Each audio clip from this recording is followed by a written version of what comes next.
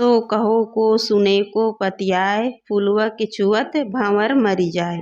ज्योतिए न बोइए सिचिए न सोए, बिनु डार बिनु पात फूल एक होए। गगन मंडल बीच फूल एक फूला, तर भव डार ऊपर भव मूला। फूल भल फूलल मलिन भल गाथल, फूलवा विनसी गौ भंवर निरासल। कहीं कबीर सुनो संतो भाई, पंडित जन फूल रहल लुभाई। तो सदगुरु कबीर साहब जी कहते हैं, मैं किससे कहूँ कौन सुनेगा। यदि सुन भी ले तो कौन विश्वास करेगा कि फूल के छूते ही भंवरा मर जाता है। अर्थात इस बात के सुनने तथा समझने वाले कम लोग हैं कि भोगों का स्मरण करते ही मन जो है विवेक शून्य हो जाता है। मैं कासो कहो को सुने को पतियाए, फूलवा की छुअत भंवर मरी जाए। ज्योतिए न बोइए सिचिए न सोए, बिनु डार बिनु पात फूल एक होए। बिना जोते बिना बोए बिना सींचे, बिना डाली पत्ते के एक फूल होता है, वह है विषय वासना।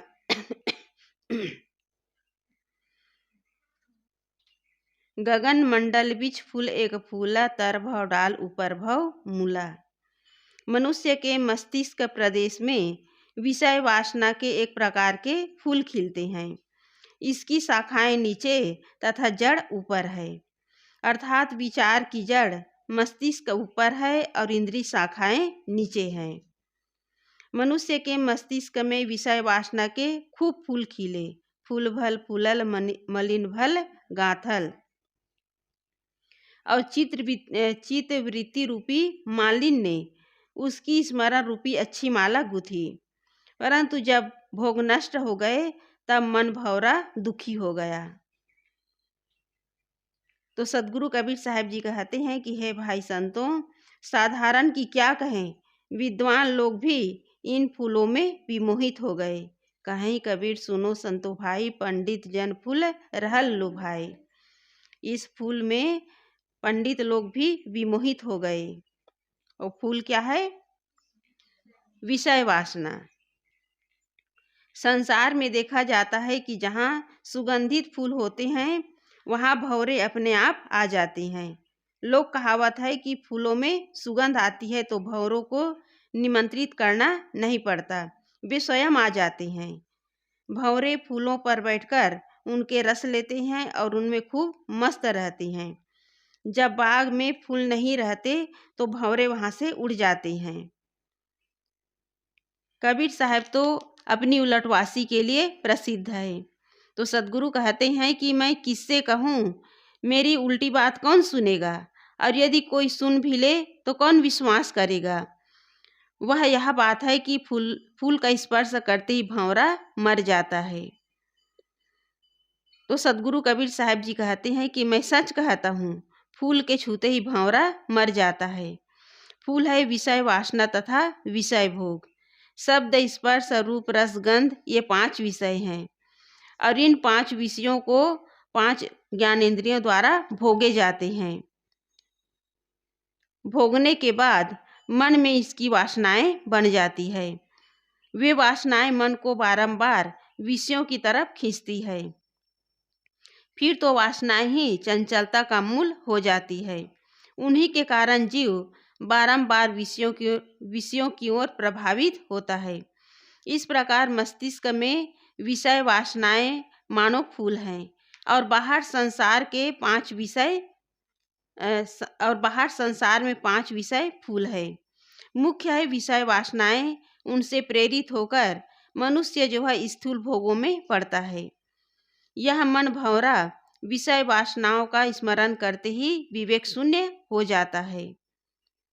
यहाँ सदगुरु कबीर साहब जी बता रहे हैं कि मन भंवरा जो है विषय वासनाओं का स्मरण करते ही उसका जो विवेक जो है शून्य हो जाता है।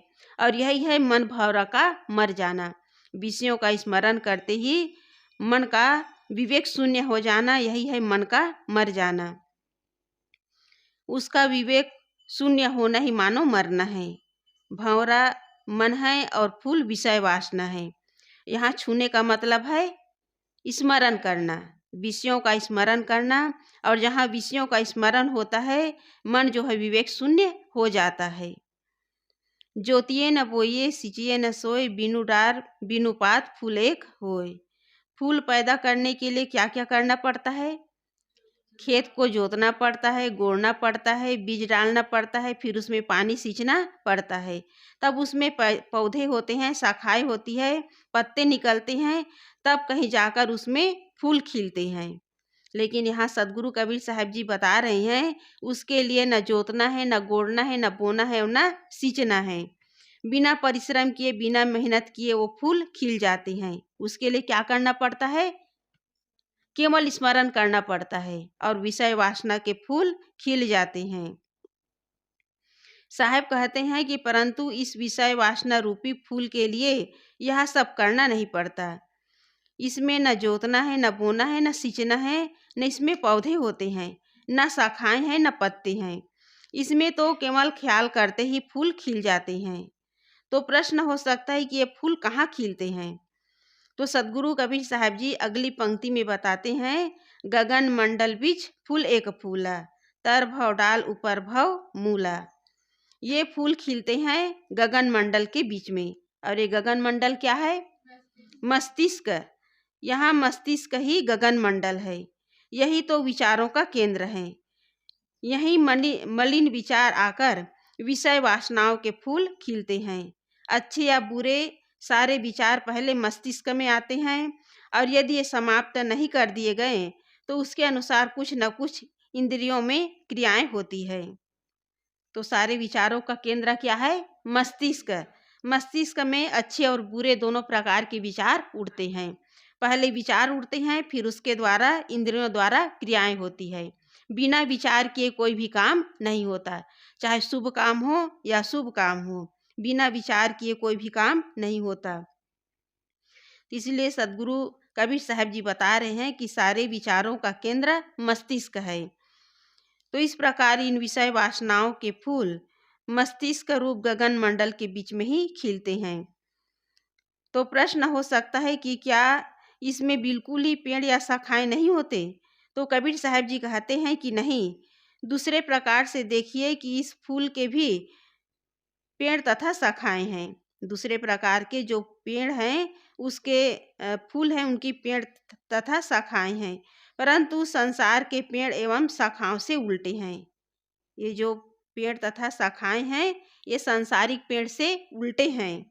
विषय वासनाओं के फूल जिस पेड़ में खिलते हैं उसकी जड़ तो ऊपर है और शाखाएं नीचे लटकी हुई है।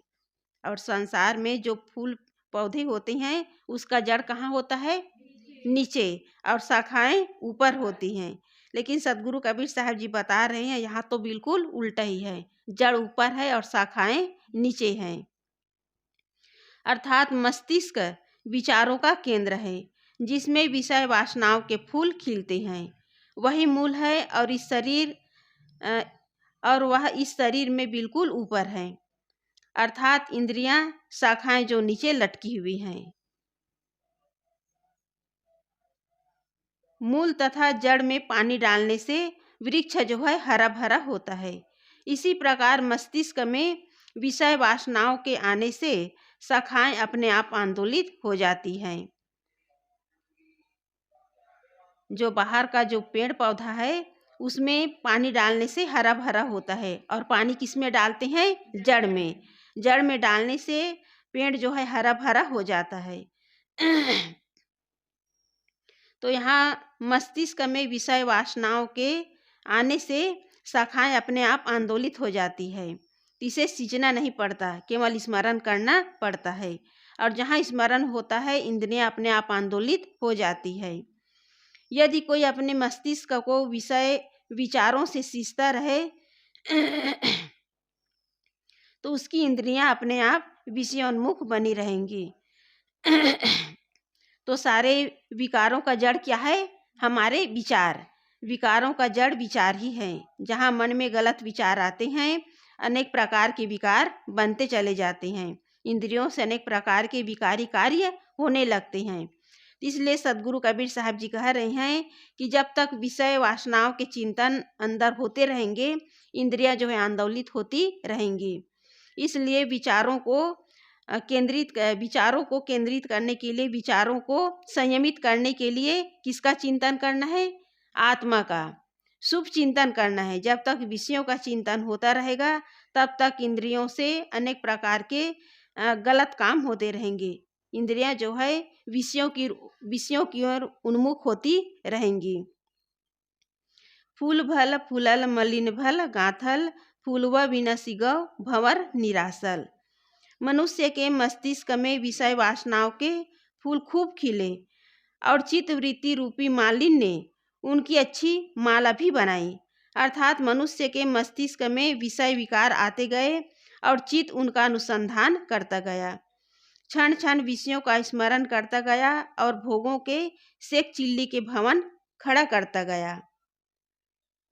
मनुष्य के मस्तिष्क में जब जब विषय विकार आते हैं और चित्त उसका अनुसंधान करता है और क्षण क्षण विषयों का स्मरण करते करते मनुष्य जो है भोगों में पूरी तरह लिप्त हो जाता है। और जब मनुष्य का मन भोगों में लिप्त हो जाता है तो उसके मन में अनेक प्रकार के हवाई भवन बनते हैं। मनुष्य जो है अनेक प्रकार के अपने मन में भावनाएं बना लेते हैं कि बच्चा जो है जब छोटा होता है, स्कूल जाता है, तो क्या सोचता है कि मैं पढ़ लिख करके डिग्री प्राप्त करूंगा और डिग्री प्राप्त करके नौकरी करूंगा, नौकरी करके फिर शादी ब्याह करूंगा, शादी ब्याह करके फिर मैं बाल बच्चे पैदा करूंगा। इसी तरह हवाई महल बनाते बनाते जीवन बीत जाता है, लेकिन जो असली सुख है उसको प्राप्त नहीं करता। केवल विषयों का स्मरण करते करते मन जो है विकारी बन जाता है और जीवन का जो असली उद्देश्य है आत्म शांति आत्म कल्याण का काम नहीं हो पाता। इसी कारण कहावत भी है कि आदमी जो है सेक चिल्ली बने रहते हैं। सेक चिल्ली की कहानी आप लोग जानते ही हैं। क्या है सेक चिल्ली की कहानी?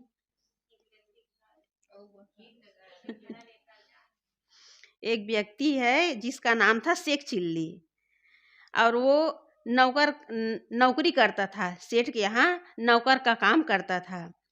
और सेठ जी के यहाँ पहले के लोग जो है खूब गाय भैंस पालते थे, खूब दूध दही घी होता था।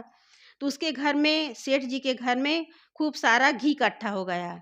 तो सेठानी कहने लगी सेठ जी से कि घी को बेच करके बाजार से कुछ सौदा ले आओ। तो सेठ जी जो है अपने नौकर को बुलाया और कहा कि घी का घड़ा सिर पर रख लो और बाजार जाना है। पहले ज़माने में सब मोटर गाड़ी का साधन नहीं था, लोग पैदल आना जाना करते थे। तो सेठ चिल्ली जो है सेठ जी के साथ बाजार के लिए निकल पड़ा। सेठ जी आगे आगे और सेठ चिल्ली पीछे पीछे। उसके सिर पर क्या था? घी का घड़ा।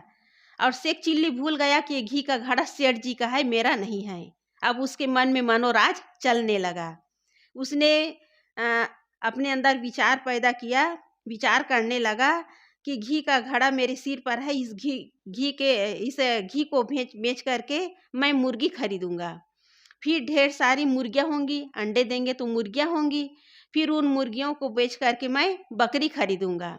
और मुर्गी से ज़्यादा महंगे क्या है? बकरी हैं। तो बकरियां खरीदूंगा। फिर ढेर सारी बकरियां हो जाएंगी। फिर उन बकरियों को बेच करके मैं गाय खरीदूंगा। फिर गाय होंगी तो दूध दही घी होगा। फिर मेरा धंधा व्यापार बढ़ता चला जाएगा। फिर उन गायों को बेच करके खूब पैसा मेरे पास हो जाएगा तो दुकान खोलूंगा। फिर दुकान खोल करके उसमें दुकानदारी चलाऊंगा। पहले लोग जो है छोटा दुकान खोलते हैं, जिसे आम भाषा में क्या कहते हैं? ठेला। तो छत्तीसगढ़ी भाषा में ठेला कहते हैं। तो उसने विचार किया कि मैं छोटा सा दुकान खोलूंगा। फिर दुकान बढ़ता चला जाएगा। धंधा व्यापार करते हैं ईमानदारी पूर्वक तो दुकानदारी जो है अच्छी चल पड़ती है तो खूब पैसा हो जाता है। फिर धीरे धीरे दुकान को बढ़ाते चले जाते हैं। सेठ चिल्ली चल रहा है, रास्ते रास्ते चल रहा है। उसके सिर पर घी का घड़ा है लेकिन मनोराज चल रहा है।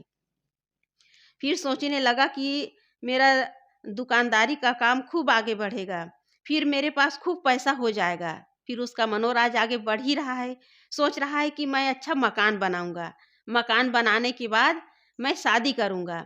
शादी करने के बाद मेरे बच्चे होंगे और मेरी दुकानदारी तो बड़ी अच्छे ढंग से चलती ही रहेगी। और मैं बड़ा सेठ बन जाऊंगा। मैं बड़ा सेठ बन जाऊंगा, नौकर चाकर मेरे दुकान को संभालेंगे। मैं सेठ बनकर लोगों को हुक्म हुक्म दूंगा, नौकरों को हुक्म दूंगा कि यहाँ सामान है, वहाँ सामान है, ऐसे ऐसे करो, उसको मैं उसके ऊपर मैं हुकूमत चलाऊंगा। इतने में मेरे बच्चे लोग आते हैं और कहते हैं कि पापा मम्मी बुला रही है। तो मैं तो पहले ध्यान नहीं दूंगा। फिर बच्चे लोग फिर आते हैं, फिर कहते हैं कि पापा मम्मी बुला रही है। तो मैं लोग उन बच्चों को जोर से झिड़कूंगा, कहूंगा कि चल हट। जैसे ही चल हट कहा, घी का घड़ा जो है नीचे गिर गया, हाथ में पकड़ा हुआ था, और जोर से झिड़का, अपने हाथ को घड़े से हटा लिया। घी का घड़ा गिर गया और पूरा घी जो है मिट्टी में मिल गया। शेर जो है पीछे मुड़ करके देखा, कहा कि अरे शेख चिल्ली, तूने मेरा पूरा घी बर्बाद कर दिया। तो शेख चिल्ली कहने लगा कि सेठ जी, आपका तो घी बर्बाद हुआ है, मेरा तो मकान दुकान बीबी बच्चे सब बर्बाद हो गए। तो इस तरह शेख चिल्ली लोग जो है केवल हवाई महल बनाते रहते हैं, करते धरते कुछ नहीं। तो इस प्रकार ये विषयों का स्मरण करना केवल शेख चिल्ली बन करके अपने जीवन को बर्बाद करना है, कुछ हाथ नहीं आता। परंतु अंत में हुआ का, विषय वासनाओं के फूल भी नष्ट हो गए और मन भौरा जो है निराश हो गया। इस तरह मन में जब तक विषय वासनाओं के स्मरण होते रहेंगे, यह मन जो है विवेक शून्य होकर इस संसार से खाली हाथ लौट जाता है। तो मन में जो विषय वासनाओं का नक्शा बनाया था वह निष्फल गया। भोगों से शक्ति क्षय होने पर मनुष्य का मन जो है हताश होता है, शरीर बूढ़ा होता है, इंद्रियां निर्बल होती है, अनुकूल प्राणी पदार्थ बदल जाते हैं और अंत में विषय मन भौरा संसार से निराश होकर दूसरे बाग की शरण लेने के लिए उड़ जाता है। तो इस प्रकार मनुष्य जो है भोगों को भोगते भोगते बूढ़ा हो जाता है, उसकी इंद्रियां निर्बल हो जाती है, अनुकूल प्राणी पदार्थ भी बदल जाते हैं, वे भी स्वार्थवश साथ देते हैं, लेकिन बाद में वे भी बदल जाते हैं और निराश होकर के मनुष्य जो है इस संसार से चला जाता है। कहीं कबीर सुनो संतो भाई, पंडित जन फूल रहल लो भाई।